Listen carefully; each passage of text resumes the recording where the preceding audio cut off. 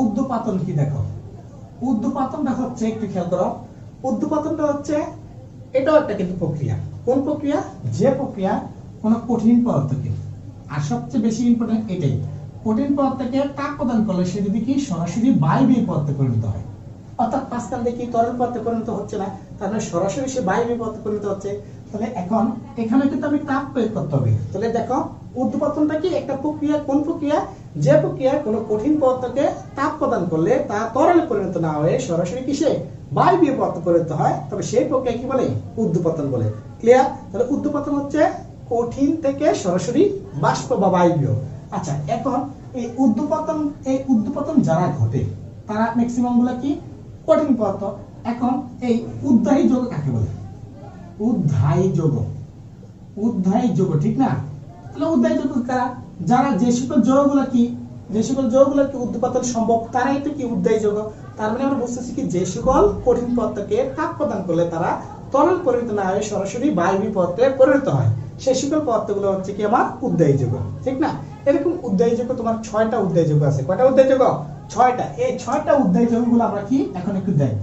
প্রথম যেটা সেটা হচ্ছে কি আয়োডিন। কি প্রথমটা হচ্ছে কি আয়োডিন, হ্যাঁ।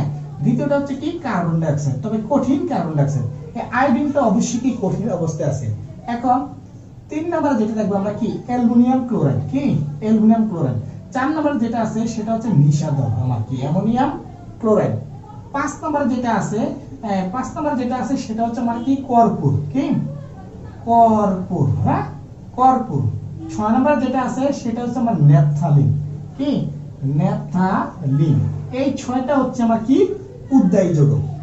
এই নামগুলো তোমার মনে রাখতে হবে যে 6টা হচ্ছে আমার কি উদ্বাহী যৌগ। এখন যদি বলে আয়োডিনকে উদ্বাহী যৌগ বলা হয় কেন, একটা প্রশ্ন আসতেই পারে। কারণ আয়োডিনকে উদ্বাহী যৌগ বলার কারণ একটাই কারণ যে আয়োডিন কি হয়তো বা কি সে কঠিন থেকে সরাসরি কি বায়বীয় পদার্থে পরিণত হতে পারে নাকি।